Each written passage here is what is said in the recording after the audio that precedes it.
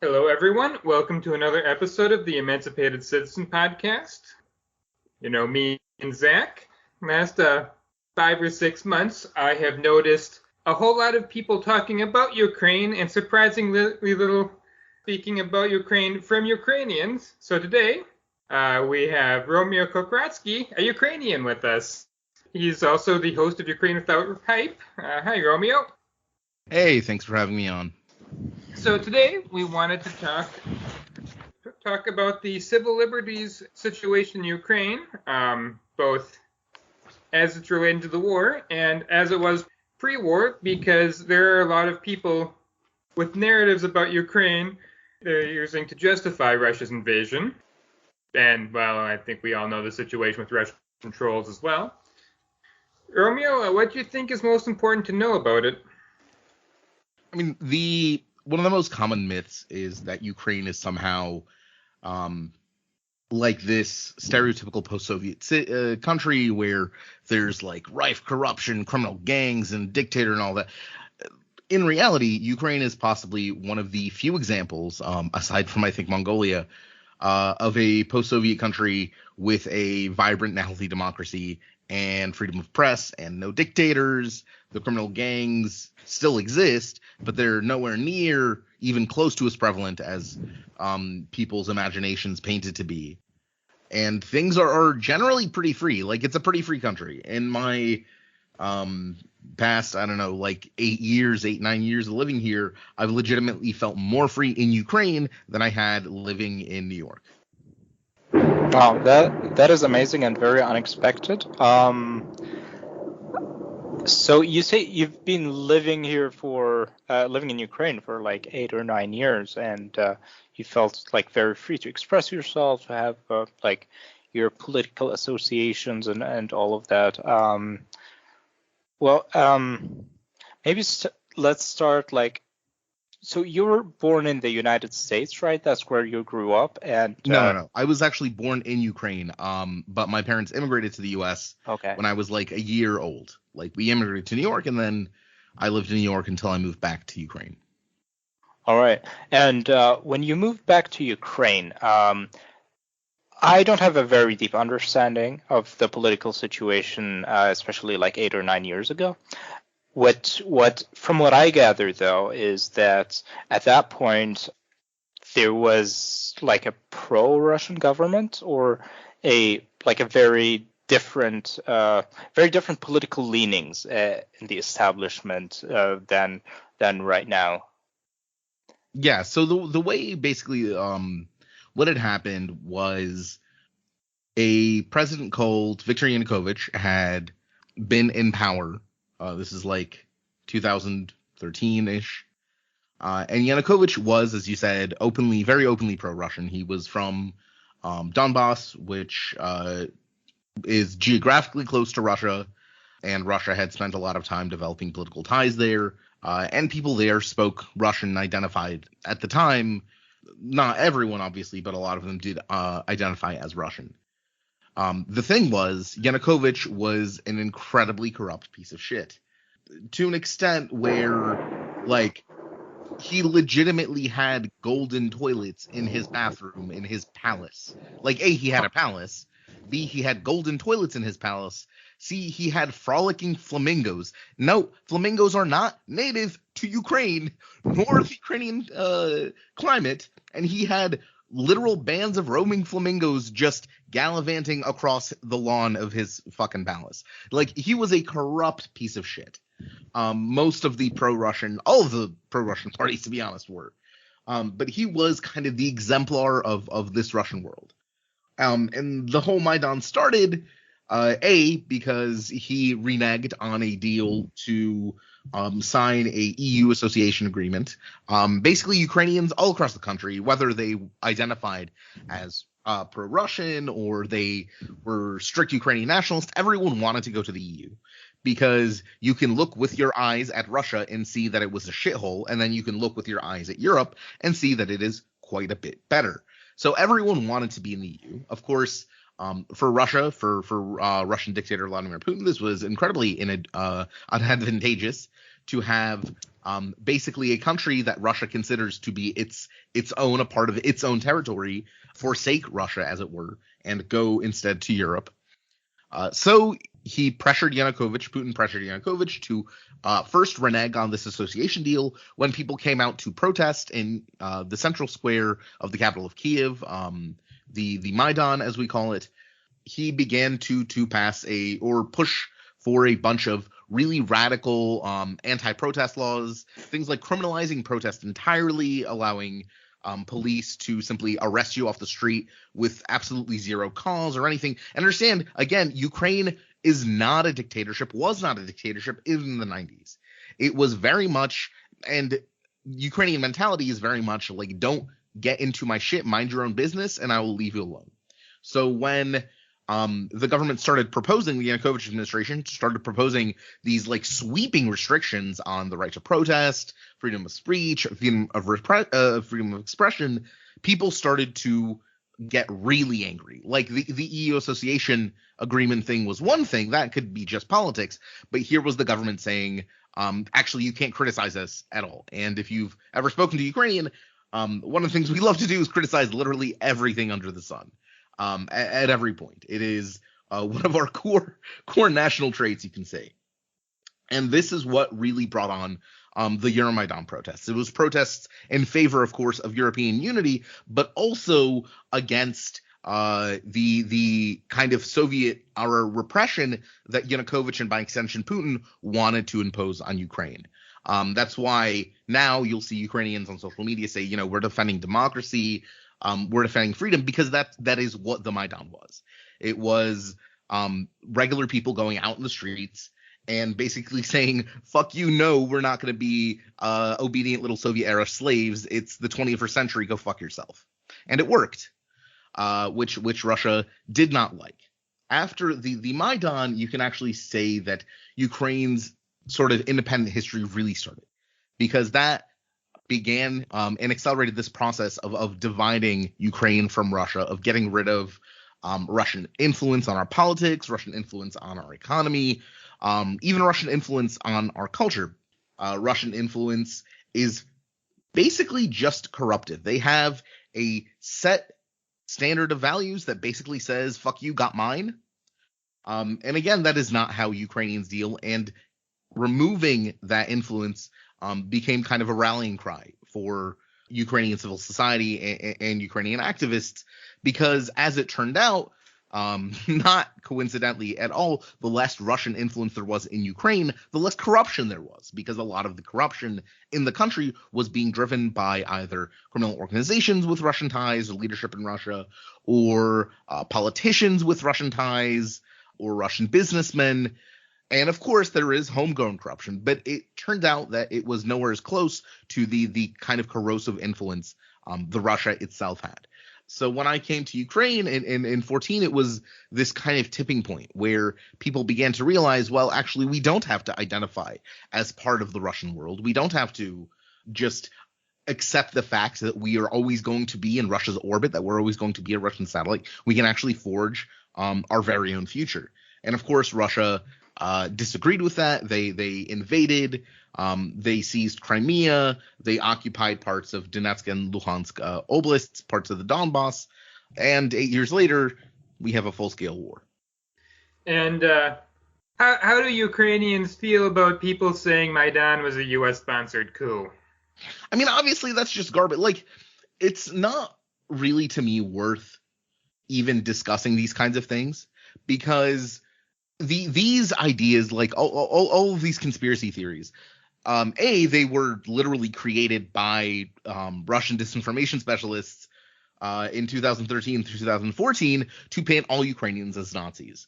And that, in fact, is a Russian propaganda tactic they've done historically. They used that exact same accusation during the Soviet period. They used that exact, not Nazis, because you didn't have Nazis back then, but they used similar accusations during the Tsarist period. This has been a pretty consistent trend of a Russian kind of propaganda about Ukrainians, that Ukrainians are like reactionary fascists, whatever that even means. Because the Russians themselves don't really define fascism. that well, or rather, they define fascism not in a way you and I would define fascism. They have a very different idea of what makes up the concept of fascism to apply it to people. So when you have, when I first started seeing these kinds of things, a lot of it came from especially since I'm a socialist, I'm a Marxist. So especially in 14, my media sphere was like pretty exclusively like leftist media, like Democracy Now, and like independent journalists and like people who weren't exactly being popularized by the mainstream. And of course, when I moved to Ukraine, I wasn't sure what to expect. Like, was the country being run by hijacked by a bunch of Western crazy Nazi fascists? And no, I got here like, no, that's not the case at all. And then when I started seeing this kind of idea get popularized, especially in leftist media spaces, I noticed a very interesting thing. And that is the media personalities that were saying these obviously untrue, racist as fuck things were all almost uniformly former employees of a Russian propaganda outlet called RT, or Russia Today. They were either current employees or former employees, or had freelanced for RT in some capacity. It all led back to there. And it all started also in 14, because prior to that, like when I was growing up in the US, I wouldn't tell people I was Ukrainian because no one knew what the fuck a Ukraine was. No, obviously, like, oh, where are you from? Well, like, I'm from Ukraine. Oh, what's that? Okay, I'm basically Russian, right? Like, I think this is a common thing for minorities in the US, where you can't really expect Americans to know what a globe is or a world exists outside of the borders of the United States, and sometimes within the United States. So you kind of have to dumb it down for them. You have to go for the lowest common denominator. Like, I know a bunch of Pakistani friends that would say, oh, well, we're Indian. Why? Because explaining what Pakistan is would be a little bit of a challenge. So it was so you really didn't have any knowledge of Ukraine, and now suddenly you have all these media personalities basically verbatim repeating Russian talking points, and not coincidentally, they all came from the Russian media like sphere. So when I hear this kind of shit, it's not like these are not good faith, balanced, historical analyses of the situation. It's literally just dehumanizing fascist rhetoric meant to other Ukrainians to make us a valid target for genocide, which, again, we are in this war now. That is exactly what's happened. Yeah, and I have some family connections to Ukraine that aren't super close, but, basically cousins who are either back in Ukraine or their parents are, and it drives me up the wall. I can only imagine how you feel about it and other Ukrainians feel about it. It's kind of a double betrayal, because first off, like, not only is it just repeating like bullshit Russian propaganda, it's also coming from the left, like from people that normally I would consider to be comrades, like allies, but actually it turns out all these people are red fascists. Because when you spread reactionary genocidal propaganda about an ethnic group, guess what? That makes you a fucking Nazi. Wait, Zach, does that sound familiar? Yeah, it absolutely does, and this really kind of connects to a point that I wanted to make. Something very interesting about this whole situation with Ukraine is that before the war in Ukraine started, and before this whole conflict became a part of this whole global public awareness, we had more of a more well-defined idea of a political landscape, a political spectrum of there's the right, there's the left, advocating for essentially opposite things, and there's this linear spectrum kind of. Ever since this war started, and ever since this has been like kind of more in the public consciousness, not that this phenomenon didn't exist before, just that it's become much more obvious that, for example, here in Germany, you have the furthest right-wing party, the AfD, which is anti-EU and anti-NATO and all of that. And then you have the furthest left party, Die Linke, the left, which, like, on a lot of points, I'm like I'm very aligned with, but in recent months, they've like this whole spectrum is kind of closing in, and like they're aligning with each other on things that like nobody here would have ever expected before. And this also leads into like, how does the political landscape look like in Ukraine, and this whole right versus left battle, and how people view that? Because on the one hand, we have the Russian right wing, right, like advocating for, this united Russian homeland, and like all of that, and like really drawing back to past like empires, how things used to be, and trying to revive like this much greater Russian Empire, and then you have like what we associate with a pro-EU, like pro-democracy, pluralist Ukrainian front, and then you have like something that's especially propagated by the Russian media. But I imagine, like I said, my background on this whole situation isn't all that comprehensive, but all of those accusations of like fascism and white supremacism, things that have to do with the Azov Brigade, a lot of the like some of the racist rhetoric that's been really all around social media in the past few months. It does seem like, I don't know, like is that a genuine element of the Ukrainian front, and how does that interact with like the mainstream Ukrainian front led by President Zelensky, who is Jewish, which doesn't really fit those perceptions that those people supposedly have. How does all of that work? How do all of those sides interact with each other? I'm very curious.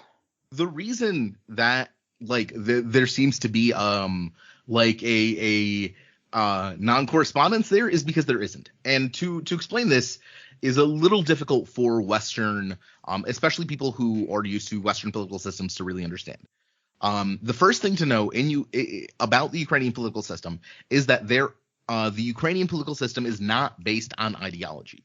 You cannot really identify Ukrainian politicians or parties as right or left wing, because that's simply not how politics in Ukraine works. It works entirely on personalities. People who are popular get elected. That is the whole length of it. On policy, Ukrainian policy is mostly technocratic. That is, lawmakers generally try to craft policies that will be that are like obviously needed, like anti-corruption reform, or they craft policies that are going to be a giveaway to whatever corrupt interest they serve. But ideology plays zero role in it. Ukrainians are, let's call it, even allergic to ideology. Case in point, Azov.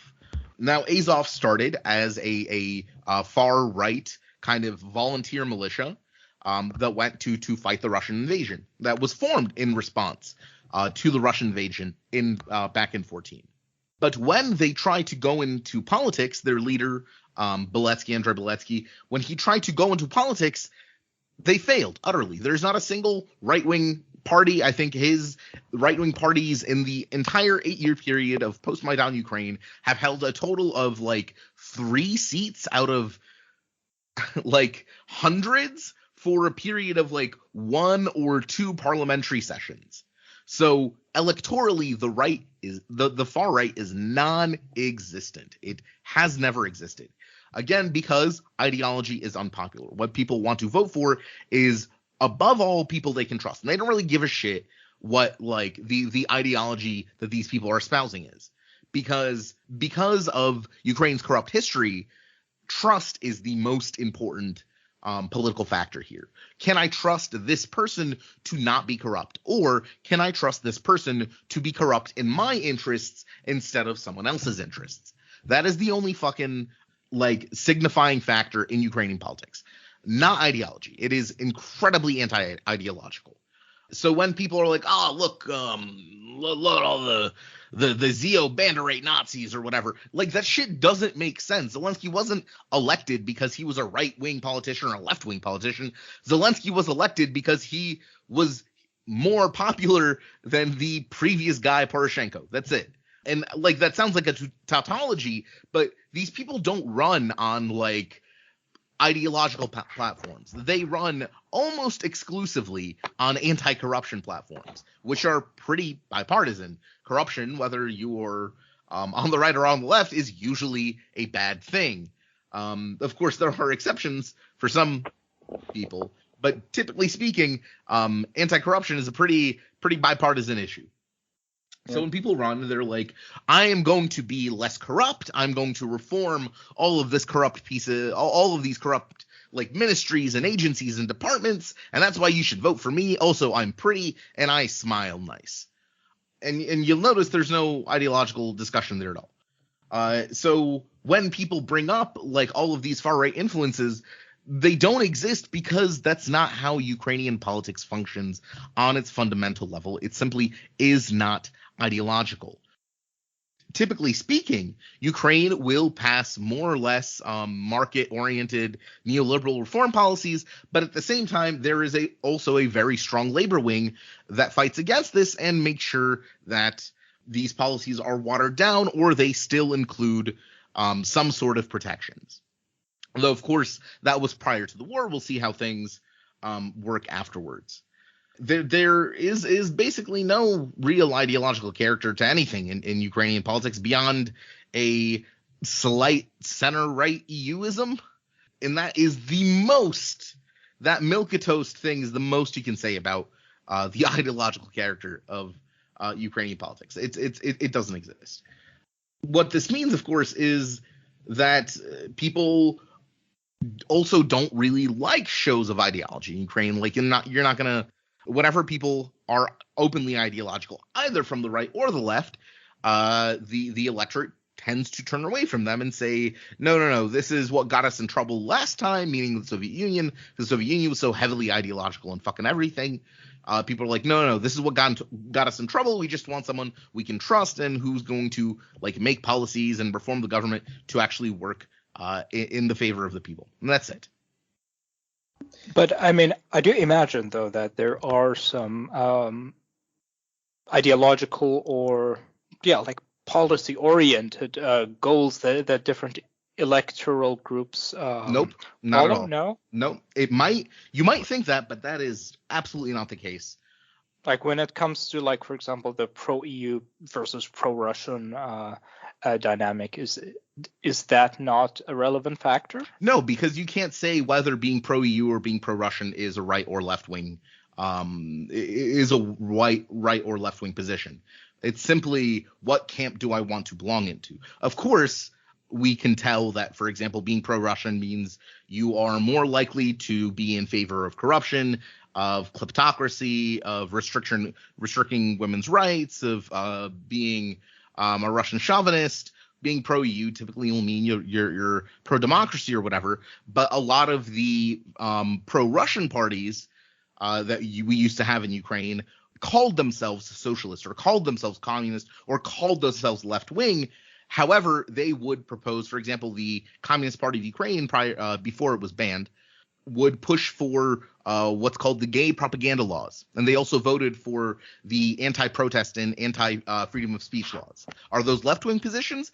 Obviously not. But this is being pushed by a pro or left-wing party in name, right? Instead of this being proposed by the Nazi party of Nazis from Nazi land or whatever the fuck. So it's really hard to say that these are right or left issues because people in Ukraine don't think that way. And as a result, they don't really map out that way. Most of the left-wing parties we're legitimately all reactionary, conservative pieces of shit, but maybe they would like push for greater funding for trade unions. But then they would turn around and say, well, we got to go round up all the gay people and put them into camps. And also, you can't go protest against the government anymore. Is that left wing? No, it's literally fascism. That's literally how fascism works. And by the way, Romeo, you feel comfortable talking about your own personal background? Yeah, sure. So, ask away. Yeah. So, I guess, first of all, are you ethnically Ukrainian? Yeah, I'm half Ukrainian, half Bangladeshi. So, do you have any insight on what happens to ethnic minorities in Ukraine, i.e. Crimean Tatars, Roma, Jews? Yeah, sure. I mean, being a brown man in Ukraine is something that I'm keenly aware of. But again, one of the things that I can tell you for certain is that I have experienced less racism in my 8 years in Ukraine than I have in my 20 plus years in the US.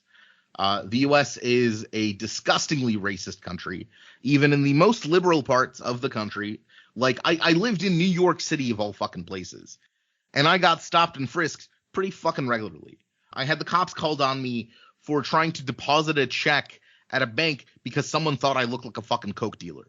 Like, there's so much racist bullshit that occurs in the US that really most places are probably a little bit better.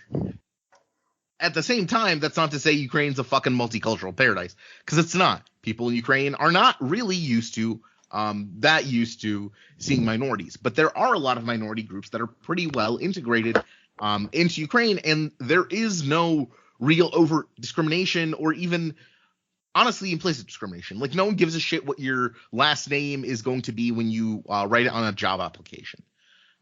Whether it's a Tatar name, a Korean name, an African name, no one really gives a shit. Because again, Ukrainians are a pretty live and let live kind of people. Of course, there are stereotypes and prejudices like there are in any society. Especially Arabs and Africans get a bad rap for the usual racist reasons you would find in any other place.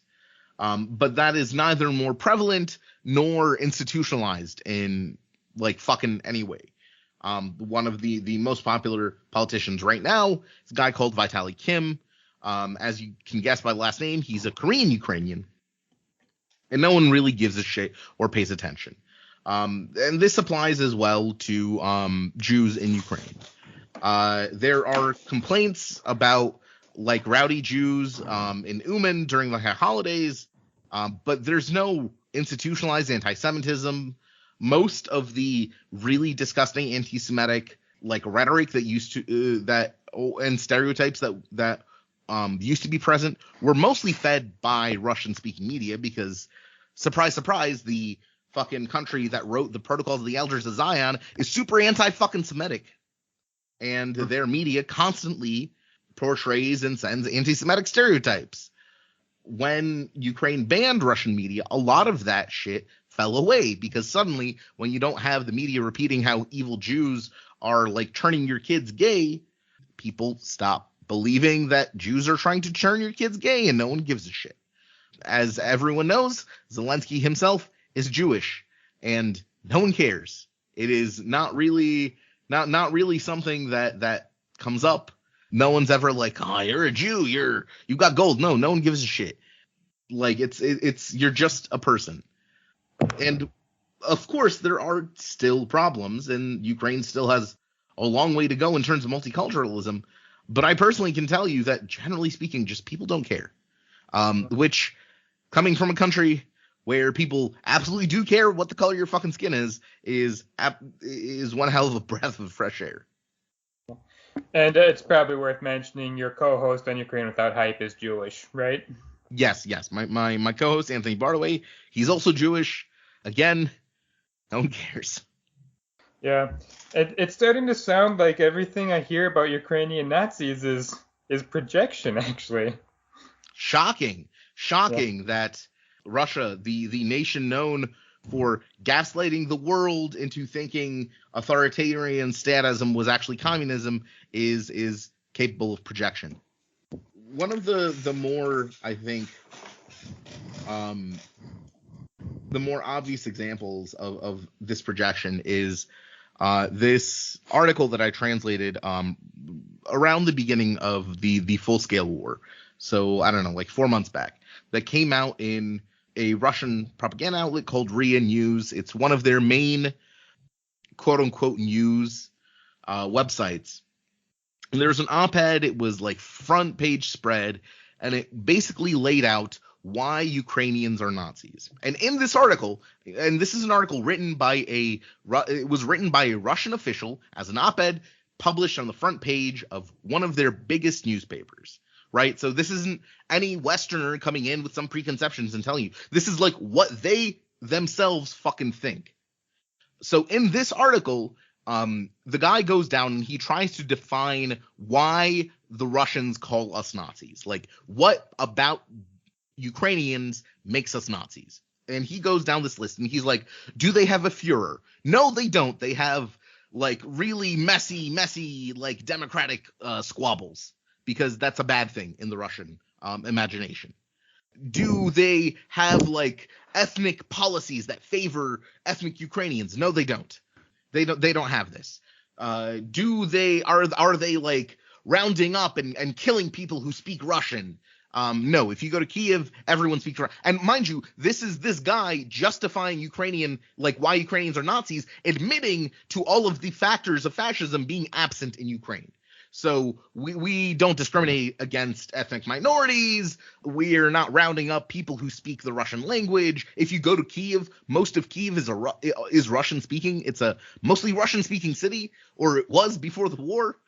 And like there is no dictator, no Führer that commands everyone's fucking loyalty. So and he gets down to this list and he's like, well, at this point you might be thinking, what makes Ukrainians Nazis? And let me tell you, it is a fascism of the spirit. That is what he calls it. They are spiritually fascists because they resist Russia. Resisting Russia to Russians is the definition of fascism. For Russia, fascism is not like being racist, being hyper-corporatist, dictatorships, authoritarianism. None of that is fascism to Russia, because it definitionally cannot be, because the Soviet Union had all of those fucking traits. That really like reminds me of like my lessons in East German history, it's just so incredibly ironic when you hear things like, okay, you have those workers organizing, basically, right?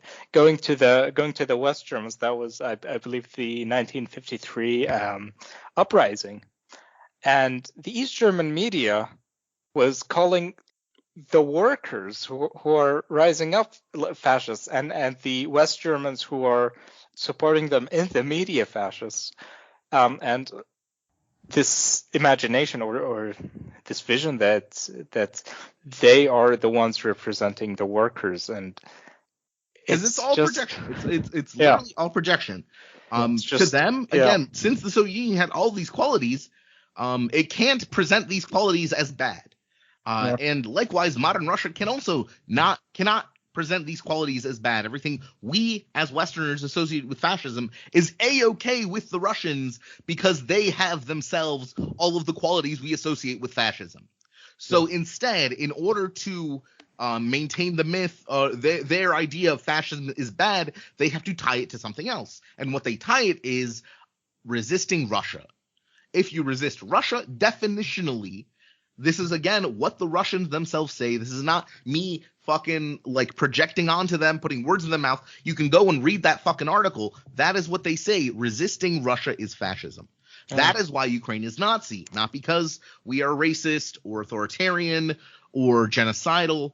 No, we are fascist. We're Nazis because we resist Russia. Yeah, and we'll have a link to that article in the show notes. And drawing back to this whole Führer point, one other thing, it just struck me as also like, very very similar to the workers' uprisings in East Germany when it comes to like asking whether the Ukrainians have this Führer and characterizing Zelensky as such, which Yeah, regardless of whether or not that applies there, there's an undeniable connection to be made to Vladimir Putin and the way he's leading Russia right now, which it's hard to imagine how this irony can be lost on anyone, really. Well, it's easy if you consider that these people are not talking in good faith. I forget what writer it is, but he had a very good point that the very famous quote where he's like, the anti-Semite is not, I think it was Sartre actually, the anti-Semite is not speaking to convince you of the rightness of anti-Semitism. The anti-Semite is speaking so you give the anti-Semite legitimacy by the simple act of having a conversation with them.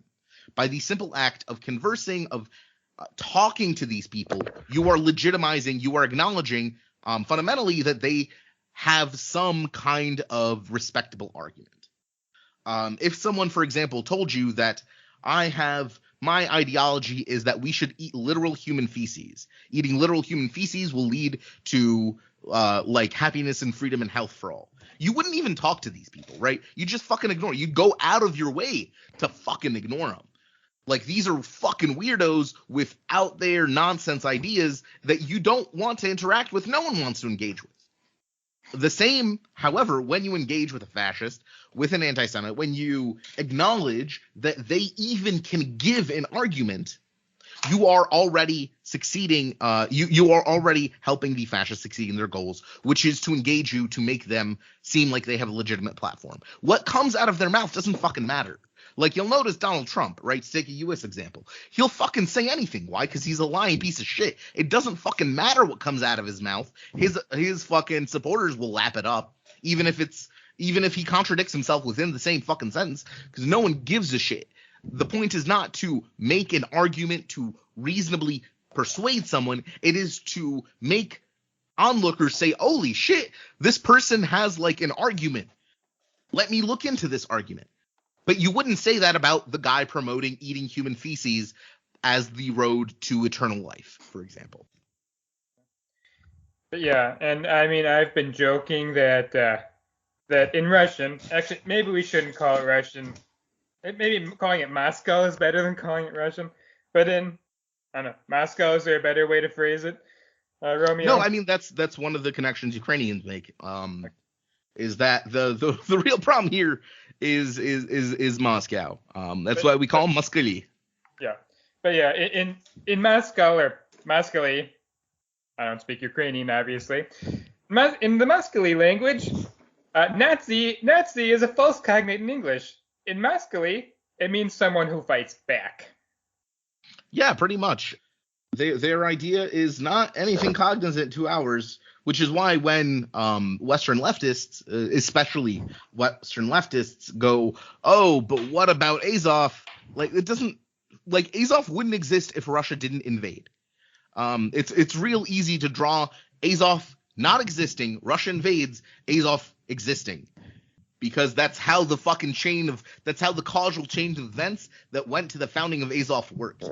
They literally organized to resist the Russian invasion of Ukraine in 2014. If Russia had not done this, they would not have existed.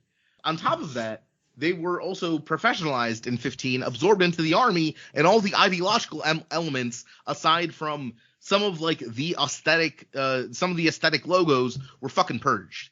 All the political ideological leadership was fucking gotten out of there, replaced with regular non-political army personnel, because obviously that's what you do as a state when you have ideological militias fighting under your name. You absorb them because you're a state, and that's how states work. And really, there isn't that much sinister about the Azov regiment fighting inside the Azovstal on the shore of the Azov or the Sea of Azov. Yeah, they were from Mariupol, again, a Russian-speaking city where people prior to the Russian invasion in 14 would have mostly identified as Russians who defended their city against literal fascist invaders. It's mind-boggling how people can look at the physical material events that took place and then pretend it's completely simple.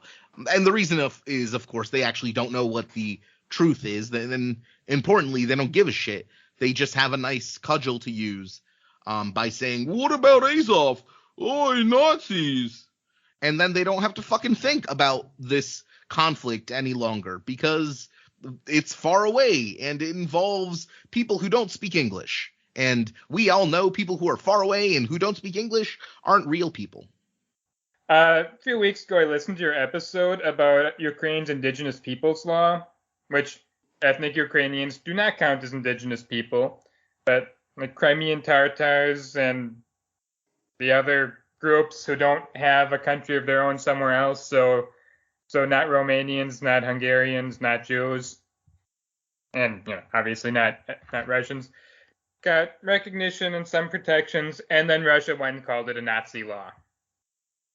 Yeah, because how dare Russians not be indigenous to Ukraine, even though the law is not there to protect the majority. It's specifically a law to protect the minority. Well, you'll notice here a very close similarity between how the Russians treated the indigenous indigenous protection law in Ukraine and how the U.S. GOP treats literally anything that smacks of helping black people have any kind of justice.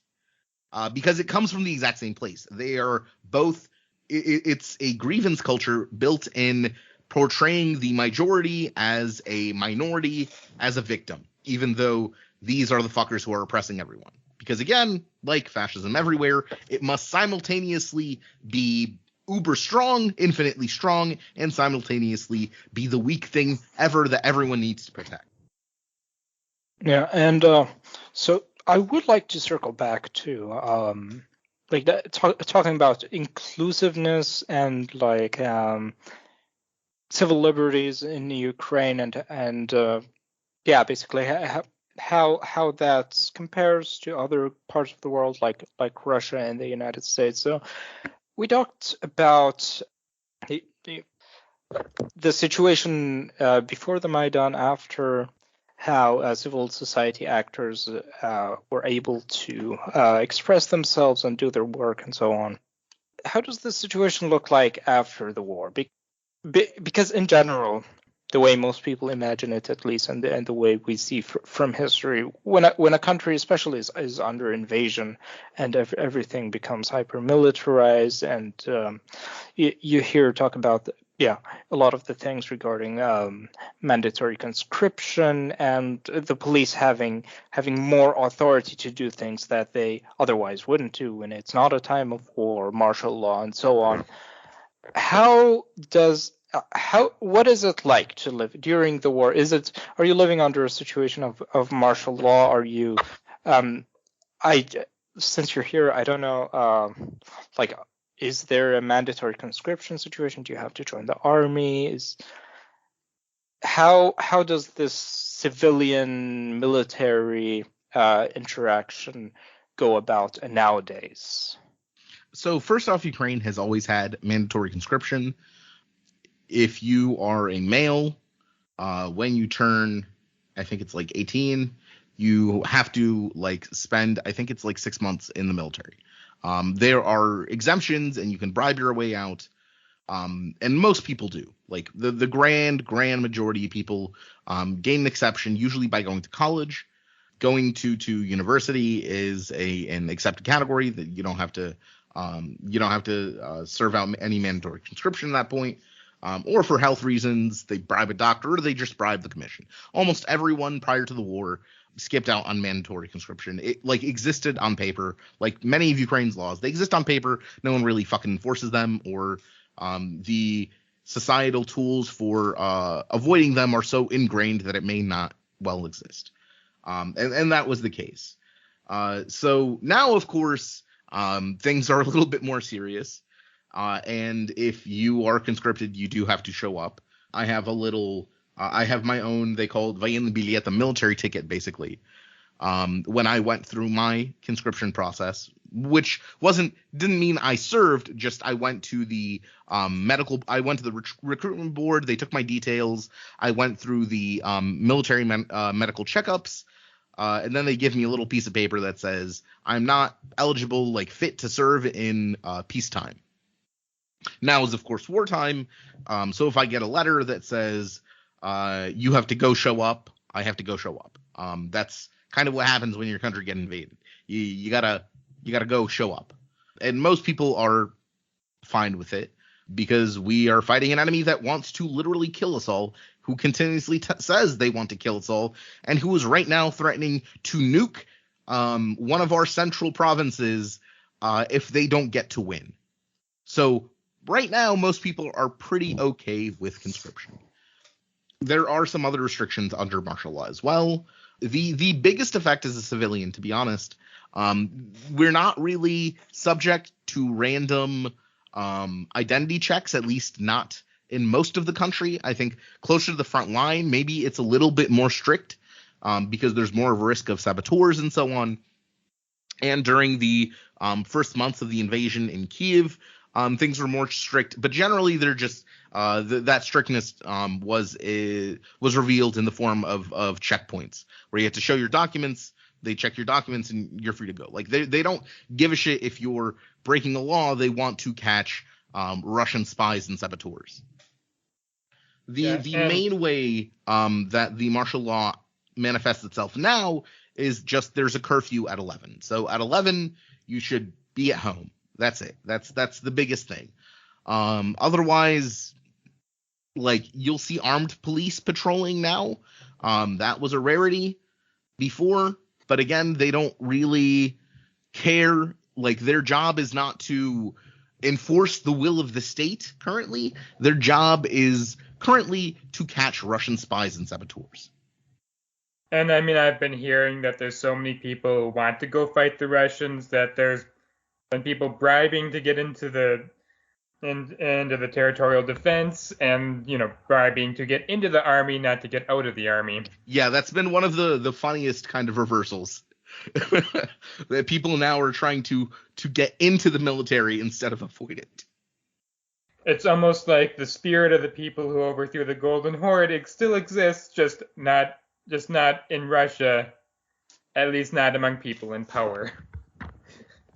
Yeah, it's like Ukrainians, we obviously don't want to die.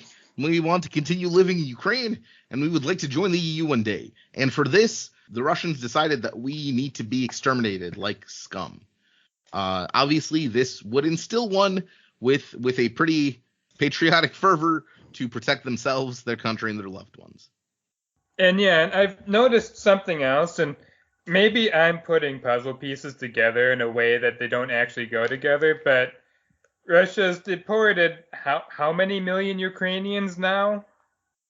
Well, it depends. I don't call it deportation. I call it abduction because you can't be deported from your own fucking country. You can be abducted. And currently it's, I believe, estimated to be about a million people who have been abducted by Russia from Ukraine to Russia. Like you are a normal dude living your own life in one of the cities under occupation. Then Russian soldiers show up, force you and your family onto a train car, and cart you off to Siberia. And no, that's not an exaggeration. That is literally what the Russian authorities are doing today. About 1 million people so far, estimated. But the actual number, who knows? So isn't the Russian line nowadays that Russians and Ukrainians are one people? And that was always their line. That's one of the reasons they want to kill us all, because the more Ukrainians profess Ukrainianism, the more we say that we are not Russians, the less Russian we are. And the less Russian we are, the less, in Russia's eyes, right we have to occupy Russian land. To them, Ukrainians have always been Russians, and every Ukrainian that says I'm a Ukrainian, not a Russian, is an occupier. Or in what the word they like to use is fascist. So they don't want people to identify as Ukrainian. Yeah, that's exactly how it was during most of the Russian Empire. That's the policy of most of the Soviet Union, which was also a Russian imperial chauvinist state. It was not a multicultural fucking paradise. It was you learn Russian and you forget that you came from some backwater piece of shit country. And that is the case now because Russia is an imperial entity, and that's how they define their own fucking existence. But I actually heard 2.5 million Ukrainians kidnapped, reverse deported into Russia now, and Russia has a declining population. I gather there's concern that the majority of the population is going to be non-Slavic before too long. And now all of a sudden 1 million, possibly more, Slavic Ukrainians are being brought back into Russia.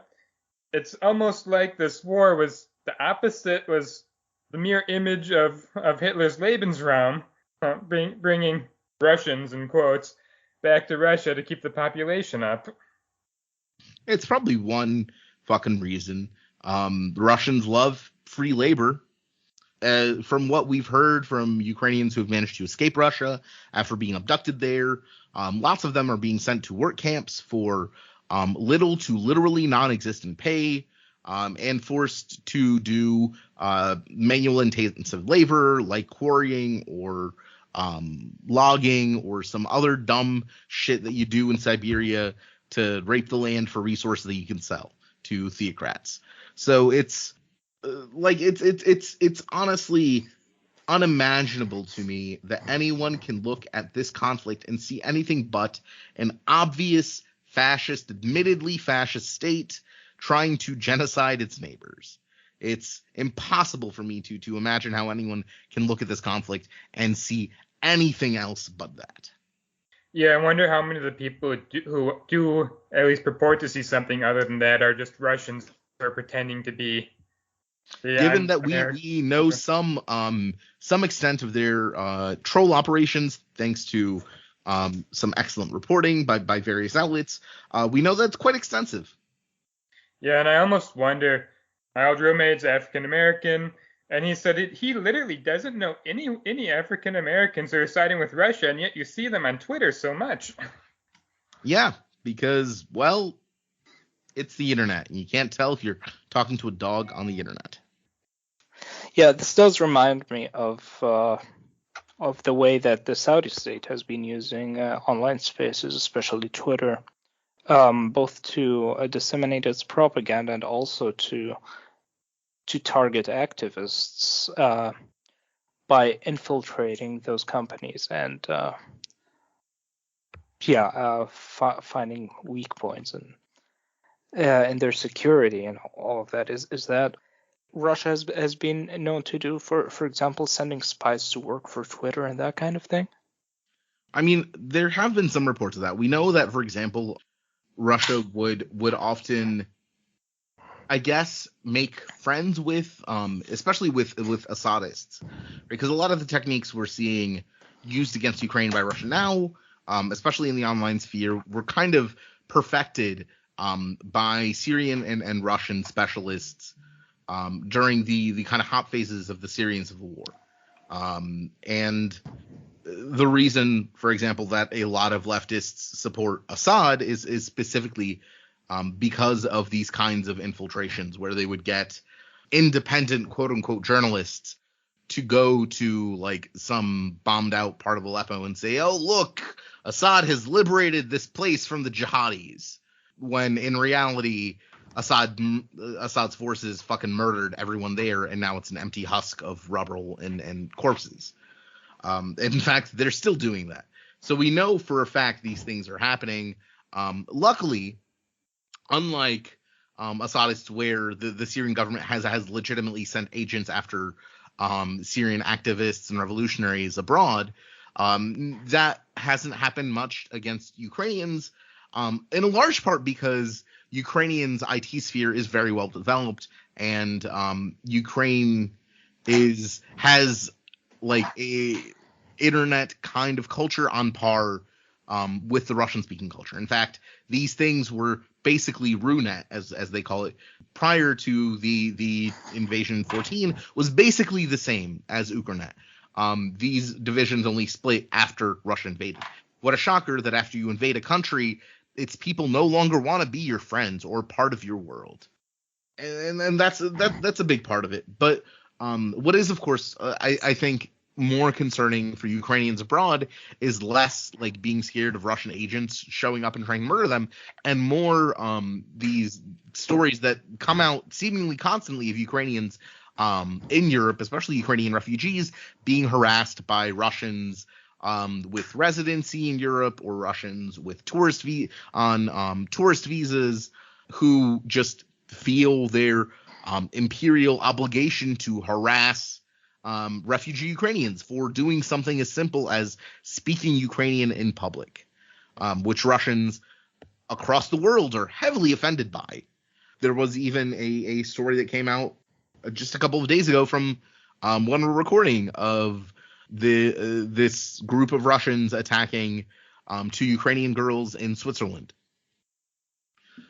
So that kind of stochastic imperialism to me is more concerning in this case than worrying about like Russian assassins coming after Ukrainians. There's not much chance of that, but there's definitely a chance of a random Russian deciding that Ukrainian is looking at him funny and deciding to take matters into his own hands.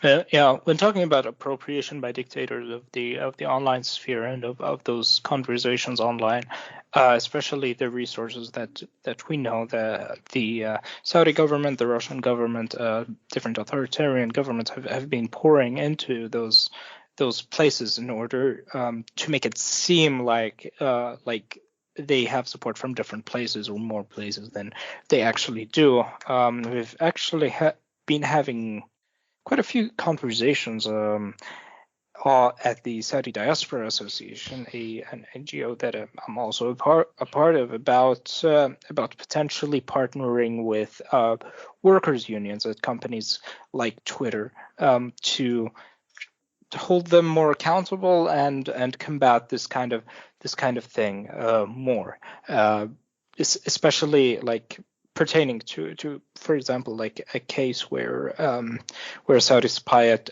Twitter was ostensibly protected by the company from an FBI inquiry. Do you have any thoughts on that? Is that a direction, or both of you? I'm curious if that's a direction that's possibly going to be fruitful going in. I think for some governments it will be easier to do this than others. For example, we know I believe there's been a couple of studies already that in India, posting on Western social networks about their Prime Minister Narendra Modi being a member of the fascist RSS party, or calling the RSS, which is literally a fascist paramilitary, fascist will get you banned. We've seen that calls by Chinese for exterminating Tibetans or Uyghurs is fine, but when a Uyghur goes after a Chinese user, they get banned. So I think for some countries, especially those more connected to the IT world, it's easier for them to plant agents in these Western tech companies, especially for Chinese and for the Chinese and Indian governments. For others, like Russia, because Russia is so siloed off from the rest of the world, and because Russia is so contemptuous of so much of the West, basically just sees it as lesser degenerate, it's harder for them to kind of sneak through. And I'm sure it's possible. If I was a national government, I would want spies working at Twitter and Facebook and Google and fucking everywhere, because why not? It's free data, to use the meme. But it's a lot easier for some governments to pull this off than others. And I don't think Russia is really, especially with the reputations that Russians are gaining during this war, I don't think it's going to be too easy for them to maintain infiltration like this. Though, of course, how a Saudi spy got into Twitter is a fascinating story. Yeah, and going back to all the Ukrainians who are now in Russia, do you know if there's any networks they can reach out to for help getting out? I know that there are a few kind of underground railroad activities. When one of my cousin's wife's cousins, so not people I knew or knew existed prior to this, but they had been living in Mariupol and they were abducted to Russia. People reached out to me on social media asking whether they needed help, like asking for their number to put them in touch with people. So there are definitely resources in Russia to help get these Ukrainians out. And in some cases, I won't say in all cases, in some cases, it seems like if Ukrainians are able to make it to the Russian border, for example, with the Baltic states, they are being allowed to leave. Though I have also been informed of cases where that has not been happening. But obviously, if you were deported, for example, to the middle of fucking Siberia and you don't have any money or a vehicle, it's going to be very difficult for you to get to a border to escape at all. That's why Tsarist Russia and the Soviet Union like dumping people in Siberia, because it's fucking big and it's hard to leave once you're there. Yeah, but there definitely are networks of people who are helping Ukrainians escape, basically. Yeah, and I ran into someone on Twitter who had family who had been sent way out east, and the best I could do is suggest that they go to Petropavlovsk, to the Canadian embassy there, and see if they can just show up at the Canadian embassy and get out. Yeah, that's definitely another way of doing it. If anyone does have a story of they know Ukrainians who have been abducted to Russia and they need help getting them out, you can always let me know on social media, and I will do my best to help out and hopefully connect them to some resources that can assist in that way. That is so good to know. Thanks. Anything else you think we should know before we wrap up? Don't use politics as aesthetics. I think that's the most important fucking thing, is politics ain't aesthetics. Just because something is red and has a star or a hammer and sickle on it don't mean it's good. Just means it's painted that way. Politics should always be based on values first, and then you choose the aesthetics that fit your values. And if the aesthetics are promoting values that don't fit with your values, then that's not an ideology you should follow. Which I think is like basic grade school shit, but apparently needs repeating all the time. Could not have said it better myself. That's a great point. So where can people reach you or find you online, Romeo? You do have a podcast, or you're on Twitter? Yeah, you can find me on Twitter at Romeo Kokriatzki, which probably you'll have to read in the description to spell properly. And you can also listen to my podcast where we talk to people about Ukraine, and we talk about Ukrainian news. And that's Ukraine Without Hype. Comes out every 1 to 2 weeks. And you can listen to me and my buddy Anthony on there, and follow me on Twitter. And yeah, that's you can also read my paper. I work for a place called The New Voice Ukraine, where we report Ukrainian news in English. So if you want to know what's going on here and what Ukrainians think about things, you can just go and read us. You don't have to like make stuff up or imagine or throw up your hands and say it's impossible. You can just go to the site english.nv.ua or Google The New Voice of Ukraine and find out exactly what Ukrainians think of the things going on in their country. Yeah, listen to Ukraine Without Hype, everyone. It is a very good show. Thank you very much. It does get to so much information about Ukraine that you don't get from literally anywhere else I have ever seen. Thank you very much, and thank you very much for having me, guys. Yeah, thanks. Thank you so much for being here. We really, really enjoyed this conversation. It was very informative. Hopefully we'll talk again at some point. This was wonderful. Thank you. So Goodbye, everyone. Have a great day, everyone, and we'll see you next time. Bye.